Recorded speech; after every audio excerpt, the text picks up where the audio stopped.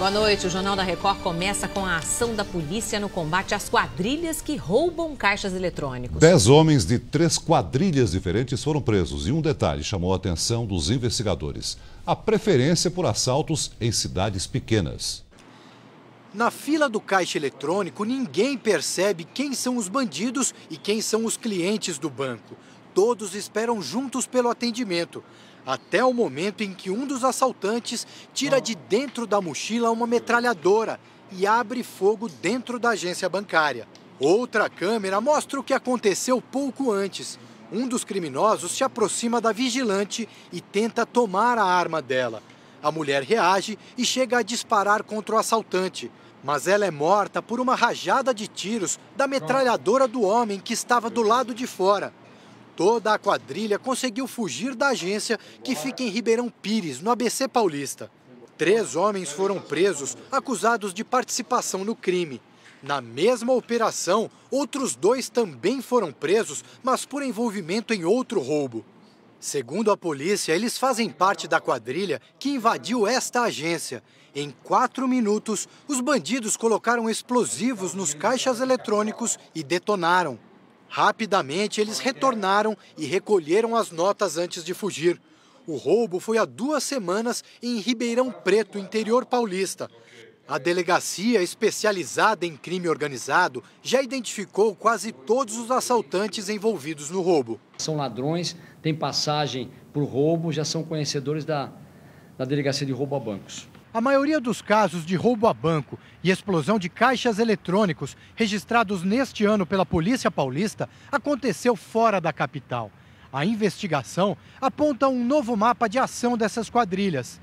3 acusados foram presos quando, segundo a polícia, estavam a caminho de uma pequena cidade com menos de 6 mil habitantes no interior de São Paulo. Para a polícia, as pequenas cidades oferecem pouco risco à ação criminosa. Cidades pequenas, sempre um caixa eletrônico tem dinheiro. Então, geralmente é 1 ou 2 viaturas da Polícia Militar. Eles chegam na cidade, aí gera uma batida de trânsito. Aí, enquanto a viatura vai atender, eles vão e fazem a explosão no banco. Em Osasco, região metropolitana de São Paulo, a polícia também fez uma operação contra ladrões de caixas eletrônicos. Foram apreendidos equipamentos e 5 pessoas acusadas de explodir caixas foram presas. A defesa da médica suspeita de matar pacientes na UTI de um hospital em Curitiba vai pedir à Justiça a anulação das provas que estão no inquérito. Hoje a polícia apresentou uma nova denúncia sobre o caso. O documento traz a declaração de um funcionário do hospital. Segundo o depoimento, quando a médica mandava lavar a UTI, podia saber que logo desceriam cadáveres do andar. Num único dia, foram 8 corpos. Uma das vítimas teria sido o próprio marido de Virgínia. A UTI com 10 leitos, comandada por Virgínia Soares Souza, foi reaberta hoje, mas apenas para trabalhos internos. Em 2012, 60% dos pacientes internados pelo SUS na unidade morreram já nos 3 primeiros dias de internação, taxa considerada alta. O auditor do Ministério da Saúde, que está em Curitiba para acompanhar o caso, diz que isso é mais um problema na UTI do hospital. É uma questão policial, que nós não podemos interferir. Hoje, o advogado de defesa da médica reivindicou os prontuários originais apreendidos pela polícia e afirmou que vai pedir à Justiça a anulação das provas que estão no inquérito. Para a polícia, o pedido de anulação das provas não passa de uma estratégia da defesa para desqualificar a investigação. Em nota divulgada hoje, a Polícia Civil diz que as 5 prisões foram baseadas num inquérito de mais de 1000 páginas e que a tentativa de anular o documento não terá resultados. No dia do aniversário da cidade do Rio, o carioca sofreu com a greve dos motoristas e cobradores de ônibus. A paralisação deixou 1,5 milhão de pessoas a pé. Desespero. Valia tudo para tentar chegar ao trabalho. Não está tendo ônibus. Tá difícil. É um desrespeito isso, é revoltante. Um amontoado de gente à espera de transporte. Primeiro dia de emprego e vou chegar atrasada. O que faltou nas ruas estava nas garagens. Os trabalhadores cruzaram os braços. A paralisação foi decidida de madrugada. Alguns manifestantes foram às ruas e obrigaram outros motoristas a parar os ônibus. Quem desafiou os grevistas sofreu vandalismo. Motivo da greve: reajuste salarial de 15% e fim da dupla jornada de trabalho. Sem ônibus, o carioca buscou alternativas. No metrô, plataformas superlotadas. Nos trens, as filas começaram fora das estações. E os motoristas de van se aproveitaram da situação. Passagem até 3 vezes mais cara que o valor normal. Tem uns que estão botando R$5, R$6, porque o certo é R$2,50. Mesmo pagando caro, teve gente que não conseguiu viajar. Na hora do almoço, a circulação de ônibus no centro melhorou um pouco. São quase 3 horas da tarde e a situação ainda é muito ruim. Nesse terminal ao lado da Central do Brasil, os passageiros aguardam mais de 1 hora pela chegada de um ônibus. Eu já fui pra lá, já fui pra cá, estou indo pra todo lugar. Agora ele tá tentando parar um táxi pra mim, o guarda. Em pleno dia de comemoração do aniversário do Rio, e o povo de mãos atadas, como sempre, infelizmente. O repórter Leandro Stoliar acompanha a greve dos motoristas e cobradores do Rio de Janeiro. Leandro, essa paralisação tem data prevista para acabar? Oi, Celso, boa noite. Olha, segundo o Sindicato dos Rodoviários, essa paralisação deve continuar até pelo menos a próxima segunda-feira, quando está marcada uma nova assembleia para discutir o futuro da greve. Estamos agora no terminal na Central do Brasil. E olha só, que costuma ficar cheio de passageiros e ônibus, mas nesse momento a movimentação é bem menor do que a habitual. Ao todo, 1,5 milhão de pessoas estão sendo prejudicadas com a paralisação. 76 escolas da rede pública estão sem aulas também por causa dessa greve. Agora há pouco saiu uma sentença do Tribunal Regional do Trabalho que obriga o Sindicato dos Rodoviários a garantir pelo menos 80% da frota nas ruas. Se a decisão não for cumprida, o sindicato será multado em R$200 mil por dia. Do Rio de Janeiro, Leandro Stoliar. Obrigada, Leandro. Uma agricultora de Caruaru, no agreste pernambucano, vai receber uma pensão vitalícia por causa dos abusos sexuais que sofreu do pai durante 3 décadas.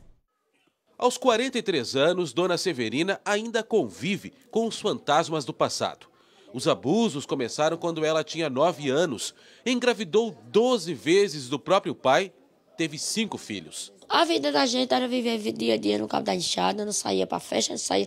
Apesar de nunca me divertir em festa, não ia para uma feira. Ele não permitia? Não. Em 2005, cansada da violência que sofria, encomendou o assassinato do pai. Foi presa, julgada e absolvida. Quando a minha filha completou 11 anos, ele queria abusar da minha filha. Como eu já tinha sido abusada com 9, eu não aceitei. A história de Dona Severina chamou a atenção até mesmo do Poder Público de Caruaru, que criou uma lei aprovada nesta semana que beneficia a agricultora em uma pensão vitalícia de R$1.000 a cada mês. A decisão foi tomada diante de laudos médicos que comprovam que a mulher ficou com sequelas psicológicas. Além disso, ao longo desses 30 anos, o pai não permitiu que ela trabalhasse e nem sequer frequentasse a escola.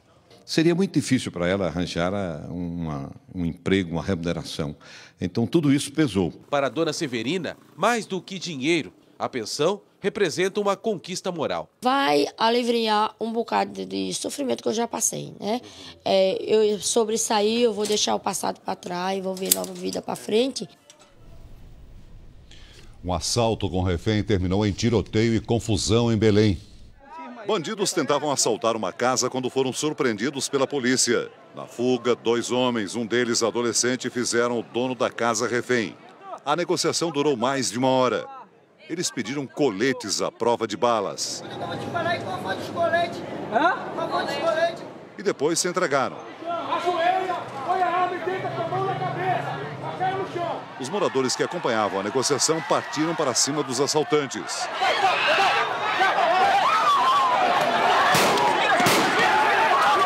Depois da confusão, os criminosos foram presos. E um outro homem foragido da justiça manteve por mais de 24 horas uma mulher refém em São Gonçalo do Amarante, a 40 quilômetros de Natal.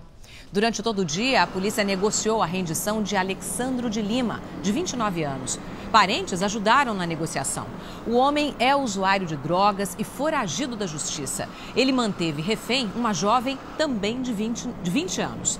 Ela também é usuária de drogas. E segundo a polícia, ele teria ficado muito nervoso ao saber que o tio foragido teria sido morto em confronto com a polícia na última terça-feira. Foram, como você vê aí, mais de 24 horas de uma tensa negociação até que ele se entregasse e libertasse a refém. A Procuradoria-Geral de Porto Alegre investiga um esquema de venda de alvarás para casas noturnas. Uma mulher cobrava R$2.000 para conseguir os documentos em uma semana. Este vídeo mostra a mulher que facilitaria a liberação dos alvarás de funcionamento das casas noturnas de Porto Alegre. O proprietário de um estabelecimento interditado fez a denúncia à Procuradoria-Geral do município e entregou as provas. Em uma ligação telefônica, ela revela que tem contatos. Eu gosto de ser bem clara e bem direta, sabe? Eu trabalho interno, então eu consigo agilizar e consigo esse laudo para vocês. Eu vou nos meus bruxos mesmo. No esquema, os laudos demorariam apenas uma semana para ficarem prontos. Com a mora que está a prefeitura hoje, né? Eles estão levando para aprovar um laudo normal. Antes dessa confusão, estava 120 dias para sair um laudo lá de dentro. Imagina agora, com 500 laudos. Quanto tempo demoraria aí? O laudo hoje, se nós entrarmos na segunda-feira, segunda, quarta, sexta-feira está pronto. É rapidinho. A Procuradoria já sabe que a mulher não é funcionária da Prefeitura, mas confirma que ela tem contatos no Executivo Municipal. A mulher se apresenta como arquiteta e cobra até R$2.000 pela liberação de documentos. Nós vamos até o fim, isso significa, tanto com funcionários quanto com quaisquer agente que interfira no serviço público com esse tipo de postura. Às vezes o serviço público é tão burocrático, tão lento, que acaba criando esses atravessadores que vendem facilidades, né, Ana? E às vezes com a conivência Sim. de alguém da própria prefeitura. Isso não dentro. acontece só em Porto Alegre, né? A gente tem que ficar de olho para não aconteçam outras tragédias como aquela de Santa Maria, né, Celso? Isso mesmo. O dono da construtora e o engenheiro responsável pela obra que desabou e matou uma pessoa em São Paulo devem ser indiciados por homicídio culposo. A reforma no imóvel não tinha alvará da prefeitura. A vítima caminhava quando morreu soterrada por parte da fachada deste imóvel. Marco Antônio dos Santos morava sozinho numa pensão em São Paulo. A região do incidente é muito movimentada. Tem vários comércios e faculdades. Podia ter acontecido qualquer um. No prédio funcionava um bar. A obra era para transformar a área em estacionamento. 3 lojas ao lado que apresentaram rachaduras foram interditadas. O trânsito continua complicado desde o começo da noite de ontem, quando aconteceu o desabamento. Trincou, fez o barulho, começou a cair objetos na rua. O pessoal foi o tempo do pessoal que estava na frente sair correndo e veio tudo de uma vez para baixo. O delegado que investiga o caso deve concluir o inquérito na próxima semana. O engenheiro e a construtora que realizavam a obra podem ser responsabilizados pelo desabamento. Eles poderão ser indiciados pelos crimes de homicídio culposo, desabamento e exercício ilegal de profissão. Consta que eles solicitaram alvará dia 18 de novembro e até o momento o alvará não foi concedido pela Prefeitura. De acordo com a subprefeitura da Sé, a reforma começou mesmo com o processo de alvará em análise. Uma vistoria feita em fevereiro constatou risco de desabamento. Nós observamos que determinados princípios de segurança não foram conseguidos aqui. O engenheiro responsável pela obra diz que um vazamento de água causou o desmoronamento.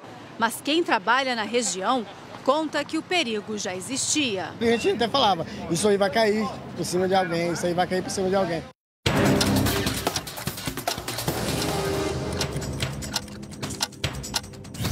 Um veículo capotou na praça de pedágio da Fernão Dias e atingiu uma cabine de cobrança.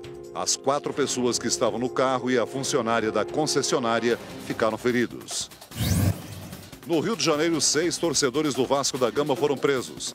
Eles são acusados de matar um torcedor do Flamengo em abril do ano passado. A vítima foi espancada dentro de um ônibus pelo grupo e morreu dias depois no hospital. O deputado federal Paulo Maluf foi autorizado pelo Superior Tribunal de Justiça a viajar para os Estados Unidos, mas desistiu. Ele está na lista dos procurados da Interpol em 190 países. No Brasil, ele tem imunidade diplomática por exercer cargo público. Surgem novas denúncias contra o deputado federal do PMDB de São Paulo, Gabriel Chalita. O ex-assessor acusa Chalita de causar um prejuízo de quase 5 milhões de reais à Secretaria de Educação de São Paulo, com a compra de equipamentos que nunca foram entregues. Esse homem afirma ter sido assessor informal do deputado Gabriel Chalita durante 3 anos. É ele quem traz à tona as denúncias contra o ex-secretário de Educação de São Paulo, agora deputado federal. Além de apontar irregularidades em contratos, superfaturamento de viagens e uso de funcionários públicos em serviços particulares, Roberto Grobman mostra documentos que comprovariam que Chalita também deixou um rombo de quase 5 milhões de reais na secretaria. O dinheiro deveria ter sido usado na compra de equipamentos do programa Canal do Saber, que, segundo Grobman, nunca foram entregues. E tem mais, foi aditado, ou seja, foi feito um aditivo de mais 25% para aquisição de mais 25% em antenas e receptores, que também não foram entregues. Chalita também teria vendido milhares de livros de sua autoria para a rede Coque de ensino. A compra seria uma espécie de agradecimento do empresário Chaim Zahrer, ex-dono da rede educacional, por vantagens que ele teria obtido em contratos com a Secretaria de Educação. Realmente era usado como uma forma moeda de troca para as empresas que queriam fazer negócios lá, como ocorreu com o Coque. Além das acusações de improbidade administrativa quando secretário, outro fato também chama a atenção nas denúncias contra Gabriel Chalita. Nos inquéritos abertos pelo Ministério Público, também há investigações sobre o possível enriquecimento ilícito do agora deputado. Documentos revelam que o patrimônio dele subiu mais de 10 vezes em praticamente 10 anos. Na declaração feita ao TSE em 2012, aparecem imóveis, carro e investimentos que totalizam mais de 11 milhões de reais. Um dos imóveis declarados é o apartamento onde ele mora, em São Paulo, no valor de 4 milhões e meio de reais. Posteriormente, ele adquiriu um apartamento no Rio de Janeiro, na Lagoa Rodrigo de Freitas. O apartamento hoje está cotado em 2 milhões e meio de reais. Desde ontem, o promotor Nadir de Campos Júnior não está mais à frente das investigações. Na quarta-feira, ele disse que estava sendo pressionado a paralisar os 11 inquéritos que envolvem o deputado Chalita. O Ministério Público de São Paulo informou que o novo promotor assume as investigações na segunda-feira. Em nota, a assessoria de Gabriel Chalita negou as acusações sobre o programa Canal do Saber e disse que as investigações se referem ao período posterior à gestão dele. O desencanto do deputado Tiririca com a política e o mistério das jovens que morreram em viagens internacionais. Destaques do Domingo Espetacular. Olá! 2 jovens e um mistério. Elas morreram depois de passar mal dentro de um avião? Nossos repórteres no Brasil e na Europa investigam o que aconteceu. Tiraram ela do avião desacordada e levaram para o primeiro hospital. Conheça os perigos para a saúde numa viagem aérea. A tristeza do palhaço Tiririca com a política. Você então vai embora quando acabar o mandato. Paulo Henrique Amorim conversa com o deputado federal mais votado do Brasil. Tiririca conta como descobriu o que faz um deputado e por que se decepcionou.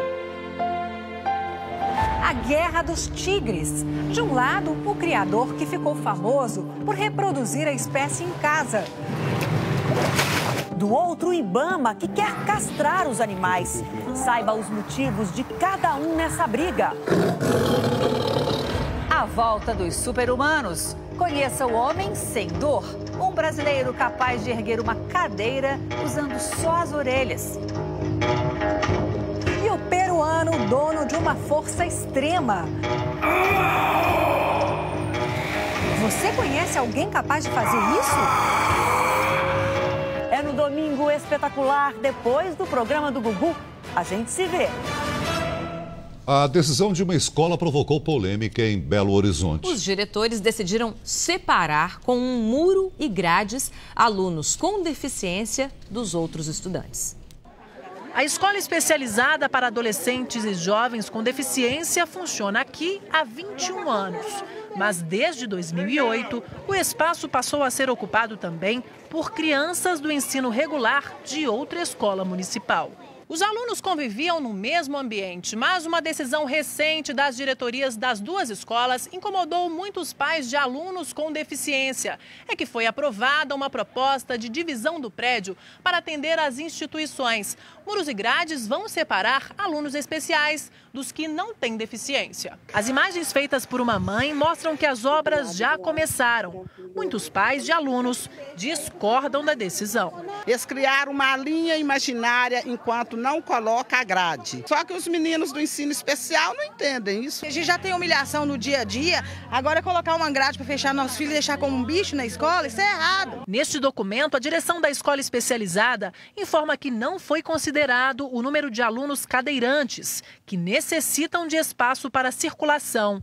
Diz ainda que a redução de banheiros trouxe transtornos para alunos que necessitam de higienização e banho. A Secretaria de Educação defende que as mudanças vão beneficiar os próprios alunos. São adultos e crianças e a comunidade escolar achou por bem que deveria ser separado porque o trânsito dos portadores de deficiência com as crianças podia gerar algum tipo de conflito físico, mesmo uma queda, um esbarrão, que essa convivência seria problemática.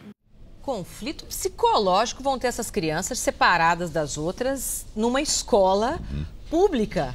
Paciência, né, Celso? A Secretaria tem que encontrar aí medida, solução para atender às necessidades dos portadores de deficiência. Lógico. Mas sem separar. Evidente. A greve que atinge os setores de segurança privada e de transporte de valores deixou a população de Salvador sem bancos. E o que é pior, os caixas eletrônicos já estão sem dinheiro. Isabela bem que tentou, mas sem vigilantes o posto do INSS não abriu. E quando vai voltar a funcionar, ninguém sabe. Os médicos estão todos aqui, os médicos entraram, estão todos aqui e eles não abrem. Problemas também no maior teatro de Salvador. Enquanto a greve continuar, os espetáculos estão suspensos. Mas dor de cabeça mesmo tem quem precisa ir ao banco. Por lei, toda agência bancária é obrigada a ter no mínimo 2 vigilantes. Com a greve desde segunda-feira, não existe segurança. A maioria só funciona parcialmente. Abre, mas não tem dinheiro no caixa. Aí o jeito é correr para os caixas eletrônicos. O que é que a gente tem a ver com vigilante? Vigilante é dono de banco? Isso não existe, não. Oxi. E com todo mundo tentando a mesma saída, o dinheiro acaba rápido. Eu vim sacar um dinheiro, eu vim com o dinheiro de ida, e a volta eu não tenho. Em outros estados, a categoria já fechou acordo e recebeu um aumento de 30%. Mas na Bahia, o reajuste foi de 18%. Agora, é a justiça quem decide. E só na próxima semana.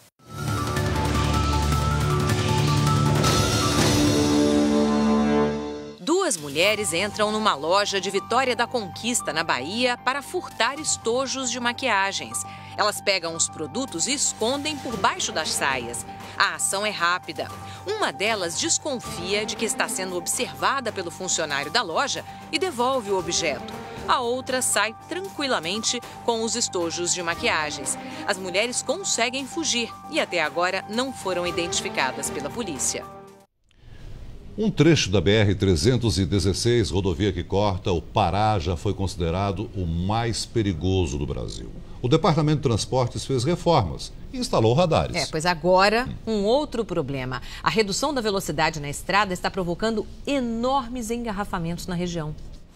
Protestos em gestos e palavras. Está muito horrível. O trânsito de manhã, à tarde ou à noite é a mesma coisa, horrível mesmo. As reclamações são sobre as mudanças feitas pelo DENIT, Departamento Nacional de Infraestrutura de Transportes, nos primeiros 20 quilômetros da BR-316, que liga Belém a Maceió. Por 5 anos, o trecho foi considerado o mais perigoso entre as rodovias federais do país. A Justiça determinou que o DENIT tomasse medidas emergenciais para mudar esse índice. O DENIT instalou radares eletrônicos e a polêmica começou. Atrapalha muito. Melhorou demais. Dá pra gente atravessar mais, estou parando mais os carros. Estão respeitando melhor agora.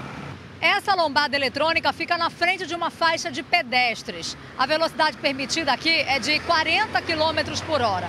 Com a travessia dos pedestres, somada à precaução dos motoristas, normalmente a gente vê por aqui uma velocidade registrada bem inferior a 40 km por hora, causando um grande engarrafamento ao longo da rodovia. Junto com as 22 lombadas eletrônicas com velocidade de 40 km por hora, é preciso paciência. Sua viagem aumentou em quanto tempo depois desses radares de 40? Em 1 hora, mais ou menos. O trecho caiu para a 10ª posição entre os mais violentos.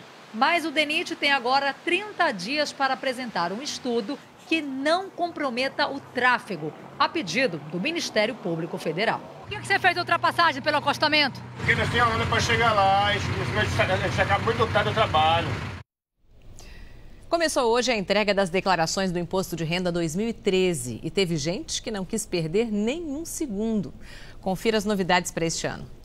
Antes das 8 da manhã, no escritório, Marcos e Júlio já estavam de prontidão para acertar as contas com a Receita Federal.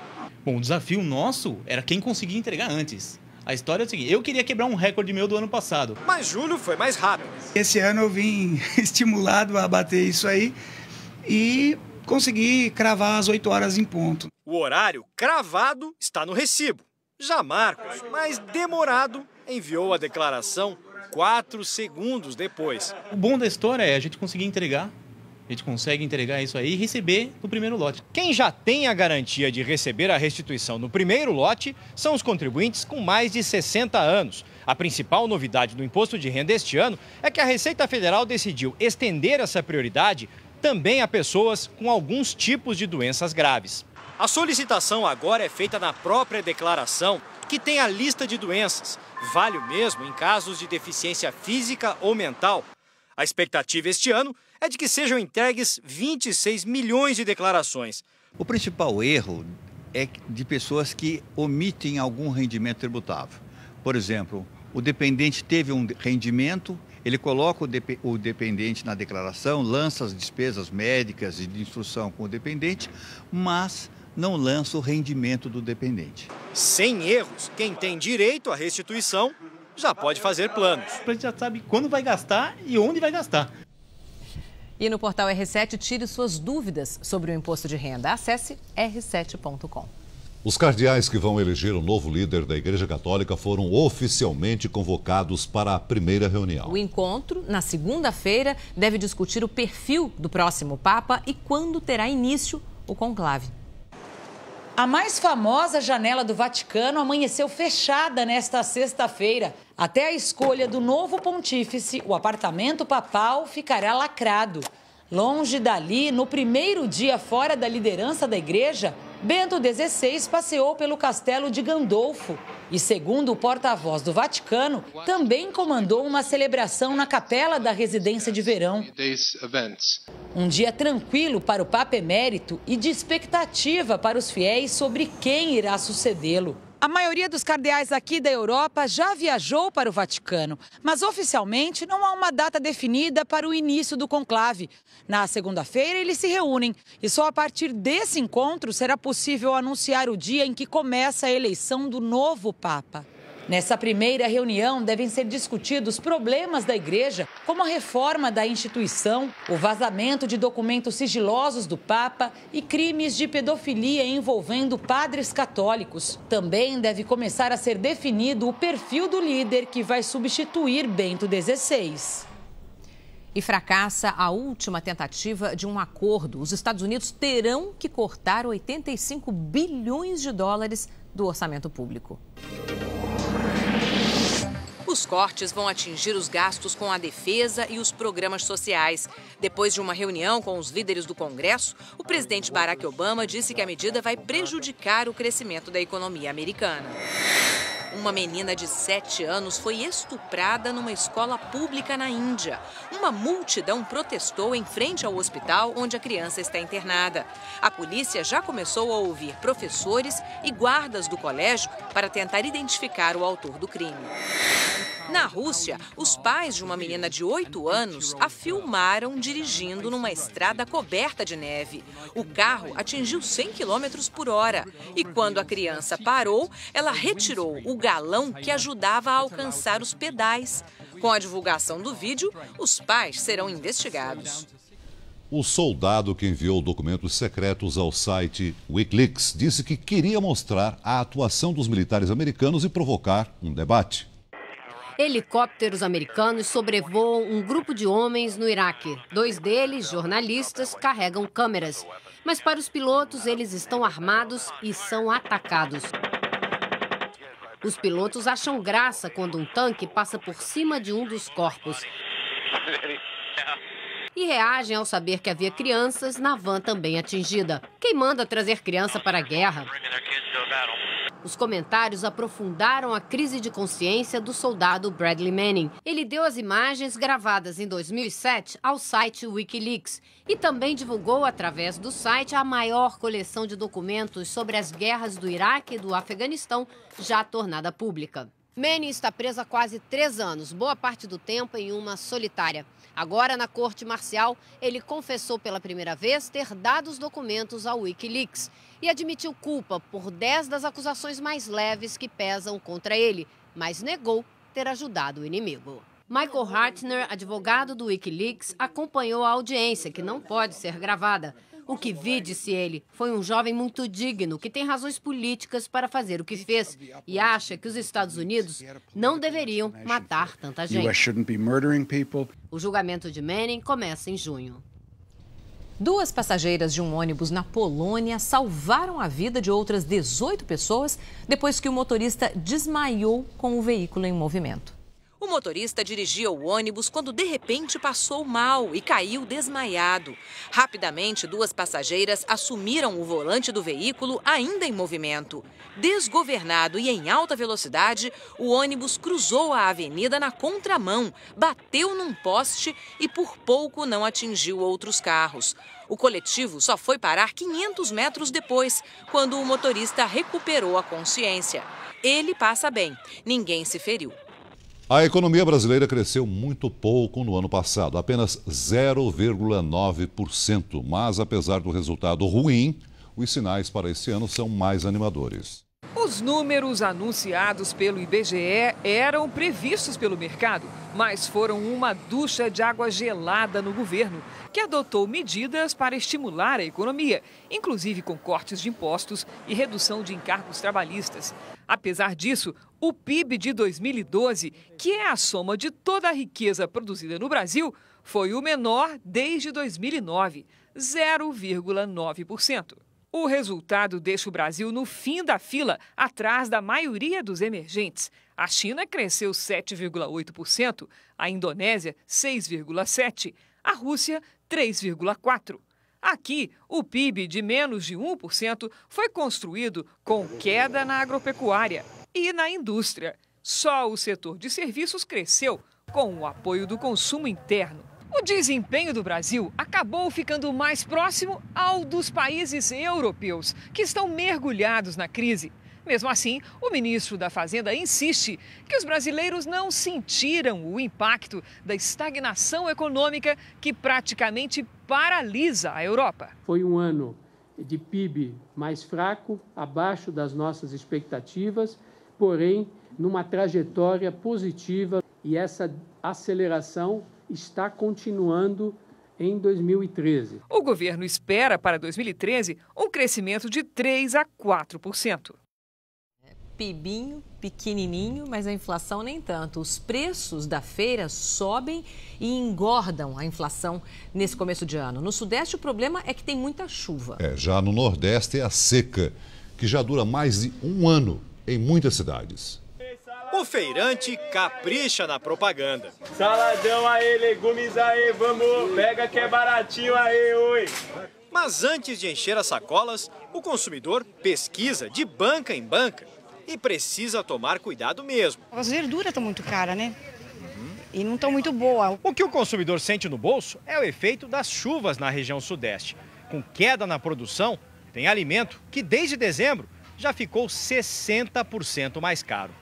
Foi o repolho, segundo a CEAGESP, Central de Abastecimento de São Paulo. E mais. A abobrinha está muito cara. Aumento de 55%. O tomate eu acho que está muito caro. Subiu 50%. Cenoura. Subiu? Subiu. Alta também de 50%.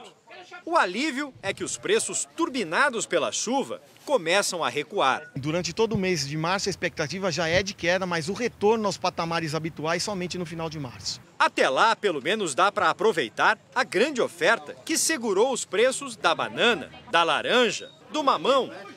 Bom para o João Gabriel, que adora frutas. Para ele tá tudo ok. Ele gosta, você viu, ele comeu 2 bananas. Em Pernambuco, o sol forte anuncia mais um dia sem chuva. A estiagem, que já dura mais de um ano em muitos municípios do Nordeste, destruiu pastos, matou o gado e acabou com plantações inteiras. Em Vitória de Santo Antão, a 50 quilômetros do Recife, mais da metade das lavouras de hortaliças estão perdidas. A alface é a mais prejudicada. Segundo os meteorologistas, a chuva esperada para o próximo trimestre em Pernambuco não deve acontecer. Sinal de alerta para os produtores, mesmo aqueles que conseguiram irrigar a lavoura. Essa aqui de alface, olha só, o pé que já deveria estar pronto para a colheita, não mede mais do que 3, 5 centímetros. Para evitar perdas ainda maiores, seu Severino diminuiu a área plantada e demitiu funcionários. Aproximadamente 15 a 20 dias, se não haver chuva, a tendência é demitir o resto. E sem chuva, fazer a feira está cada vez mais caro. O tomate subiu 200% em um ano, o coentro 500%, a cenoura 150%. Meu bolso está pesando muito. Tomate, cebola, essa área assim aumentou muito. Fim de semana com predomínio de sol em São Paulo. Tempo chuvoso entre Minas e o Espírito Santo. Nas praias do Ceará e do Rio Grande do Norte, as ondas podem chegar a 2,5 metros. As imagens mostram um corredor de umidade com muita nebulosidade do norte ao sudeste. Amanhã, o avanço de uma frente fria traz temporais e ventanias ao centro-sul gaúcho. Também chove no litoral do Nordeste, aqui no norte, centro-oeste e sudeste. Dia ensolarado nas 2 áreas amarelas do mapa. E os ventos do interior do país deixam as tardes mais quentes no centro-sul do Brasil. Em Porto Alegre, a máxima atinge 34 graus, máxima de 32 em Campo Grande e 30 graus em São Paulo. Em Salvador, vai dar praia. Amanhã a máxima é de 33. No Rio de Janeiro, muitas nuvens e calor, máxima de 29. O professor de educação física que sofreu um acidente de moto na Indonésia conseguiu ajuda para voltar ao Brasil. O Itamaraty vai custear as passagens. Ele vai viajar num avião com uma UTI adaptada. A notícia veio através de uma página numa rede social. Aqui a família do brasileiro avisa: pessoal, com a ajuda de cada um de vocês conseguimos. Agora é oficial. O Renato volta dia 6. Eles agradecem e dizem: estamos felizes por termos conseguido, junto com vocês, o valor necessário para pagar os custos do tratamento e trazer o Renato de volta. O professor de educação física, Renato Cordeiro Meca, de 33 anos, morava na Indonésia desde 2006. No dia 24 de janeiro, ele sofreu um acidente de moto no país e fraturou a coluna. Ele foi transferido para Singapura e agora respira com a ajuda de aparelhos. A família calcula que os gastos com o Renato devem ultrapassar os R$350 mil.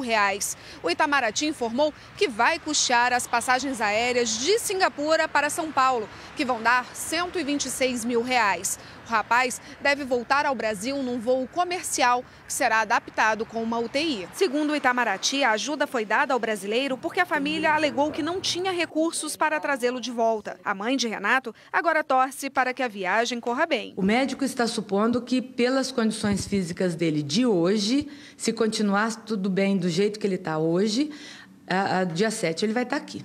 O Jornal da Record está de volta com imagens de um flagrante de perseguição nas ruas de Los Angeles. 3 assaltantes estão num carro roubado conduzido, veja aí, em alta velocidade. A polícia alcança o veículo. Os bandidos saem correndo. A mulher que dirigia o carro foge nessa outra direção aí, mas é agarrada e dominada pelos policiais. Os 3 criminosos já eram procurados por roubo de veículos e todos acabaram presos. Felizmente, eficiente a polícia, né?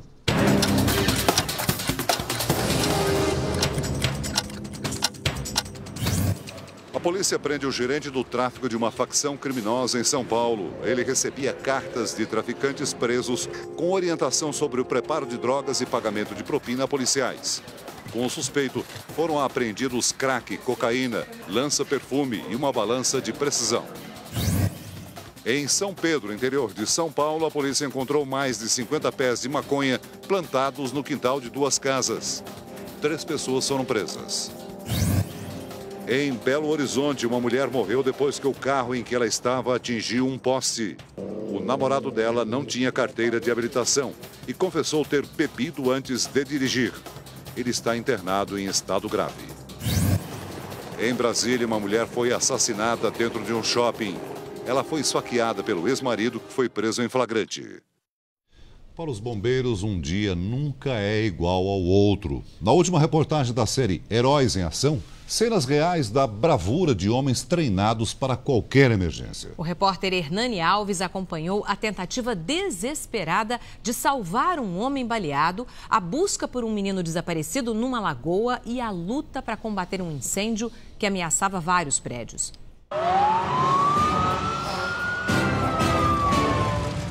Quando surge uma emergência, eles estão sempre preparados. A sirene toca, o chamado foi feito, os profissionais vão saindo da unidade para atender o pedido de socorro.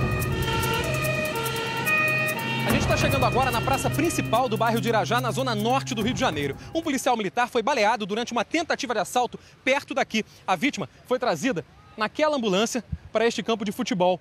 A situação é dramática. Quando os bombeiros preparam a transferência, a vítima tem uma parada cardíaca. As pessoas que acompanham o atendimento se emocionam. Apesar do esforço, o policial não resiste aos ferimentos. O helicóptero não chegou a ser usado, mas o piloto se apressa para deixar o local. Ele sabe que a aeronave precisa sempre estar disponível caso seja acionada. Os bombeiros estão preparados para agir em qualquer ambiente.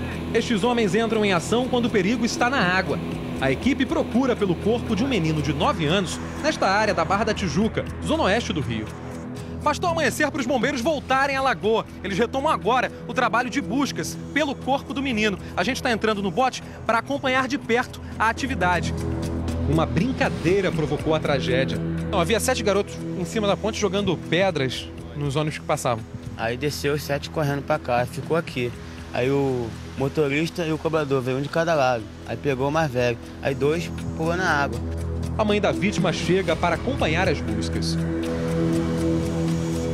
Olha só, a mulher está muito nervosa, aguardando por informações. Uma situação difícil. Vai estar vivo, sim. Nessas horas é confiar no trabalho deles, né? Com certeza. Não dá para enxergar nada, né?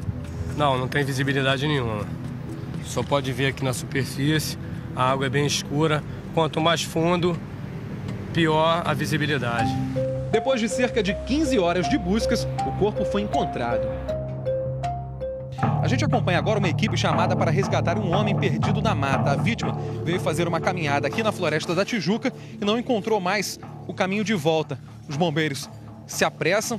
Este é um lugar que pode ser bastante hostil quando a pessoa está despreparada. A maior floresta urbana do mundo é como um labirinto. A vegetação fechada confunde os visitantes. Encontramos a vítima, vamos proceder ao resgate.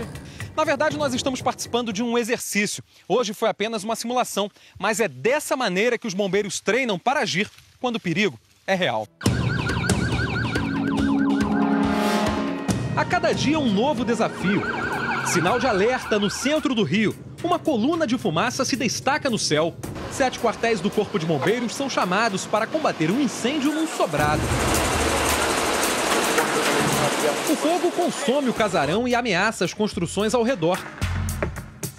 A movimentação tem que ser muito rápida. A gente percebe que eles estão com pressa para evitar que o incêndio acabe se alastrando e atinja outros imóveis nesta área do centro do Rio. Olha só como a escada Magiros é importante. Ali de cima, os bombeiros conseguem observar melhor onde o incêndio está mais intenso. Olha o esforço que o bombeiro precisa fazer para manter a mangueira na posição correta. A pressão da água é muito forte. O profissional coloca uma máscara, já que a fumaça é muito intensa. A fumaça branca indica que o incêndio começa a ser debelado. Dá para ver melhor a destruição causada pelo fogo. O prédio comercial ficou destruído. São cenas reais, protagonizadas por homens preparados para situações extremas. No meio da rua, uma vítima no chão. Desta vez, a nossa equipe chega antes dos bombeiros. Caiu sozinho aí? Caiu sozinho. Fez a curva e derrapou aqui. Olha. Bom dia, acidente com um motoqueiro no viaduto da Mangueira. Queda de motocicleta. Bombeiros em ação para atender mais um chamado na zona norte do Rio de Janeiro. A equipe foi deslocada para um acidente em frente à escola de samba, Estação 1ª de Mangueira. Olha só como os profissionais chegam rápido para atender um rapaz que caiu de uma moto. Está sentindo dores, reclama bastante daquela região. Olha só, tem um profissional amparando o braço, porque realmente existe a suspeita de fratura. A missão desses heróis em ação nunca tem fim. Os bombeiros estão sempre de prontidão.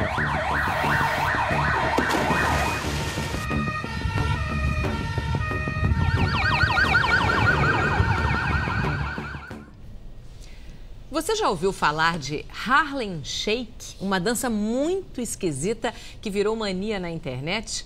A brincadeira é febre, Celso, no mundo inteiro. Causou a maior polêmica em Goiás. Uma escola estadual teria expulsado vários alunos porque não gostou da dancinha gravada no banheiro do colégio.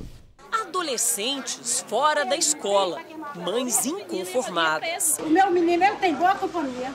Pode olhar no colégio, meu filho tem boa nota. 7 alunos dessa escola estadual de Goiânia foram expulsos depois de uma brincadeira. No banheiro da escola, de uniforme, os estudantes dançam ao som do hit, que é febre na internet. O vídeo gravado pelos alunos, como outros milhares, também foi parar na rede. Virou piada entre os amigos. Quem não achou a menor graça foi mesmo a escola.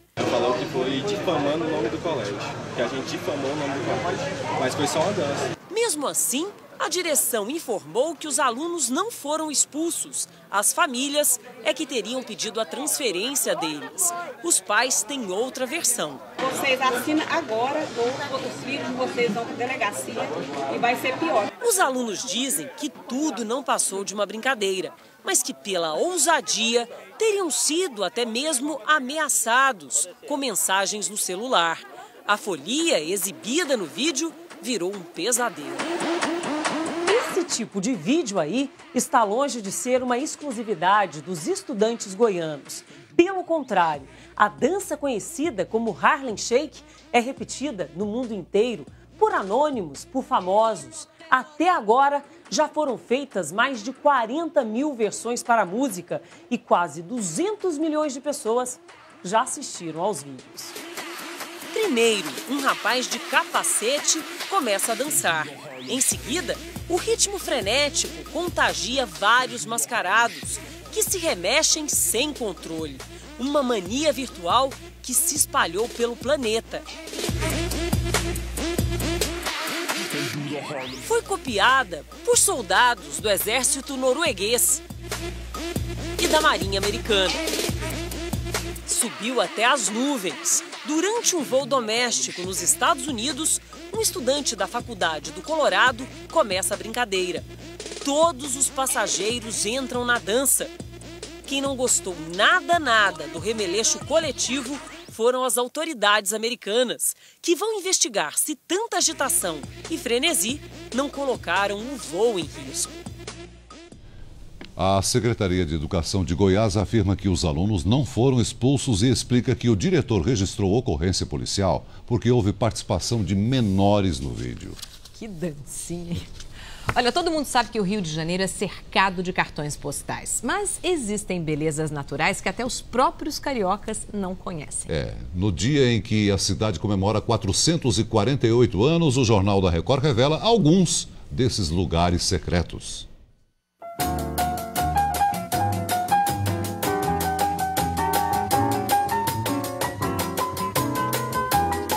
Cariocas e turistas que conhecem a cidade de muitos ângulos sabem que é só rodar um pouco por aí e logo algum cartão postal aparece. Mas o Rio também tem seus segredos. São lugares onde pouca gente vai, dá para vê-los do alto. Ficam aí no meio da paisagem, só que para chegar até lá é preciso informação.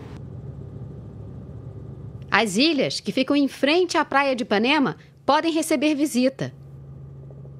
Leva 1 hora de barco até o arquipélago das Cagarras. Empresas de turismo fazem um passeio. Com permissão, dá para descer em terra firme. Com disposição, dá para descer até o fundo do mar. Esse é um ponto de mergulho. Bom para fazer o chamado batismo, quando se vai pela primeira vez debaixo d'água. Teu colete está cheio, tua boia está cheia. Tá, então não precisa ir com isso não. Não, mas a gente entra com ele na boca, ok? Começa a descida. O mar do Rio tem surpresas. É como entrar numa parte escondida da própria casa, tão perto e desconhecida da maior parte dos moradores. Mesmo para quem não mergulha, é novidade. Geralmente as pessoas têm a visão do rio da terra para o mar. Daqui a gente oferece uma visão do mar para a terra. Esse visual é impagável. E o parque, que cobre quase 10% da cidade e quase ninguém conhece. É outro canto secreto. O Parque da Pedra Branca fica na Zona Oeste, em área urbana, e parece tão protegido do movimento da cidade. No topo, o auge da tranquilidade. Apesar de aberto ao público, é pouco frequentado. Um turista que vem, ele não vem, ele vem procurando a Zona Sul, né? O Pão de Açúcar, né? O Cristo, Flecha da Tijuca. E é pouco divulgado a parte da Zona Oeste. Rio de Janeiro, 448 anos de fundação. Uma cidade ainda a ser descoberta. O Jornal da Record de hoje termina aqui. Outras informações no Fala Brasil às 8 da manhã. Bom fim de semana para você, até segunda. Boa noite.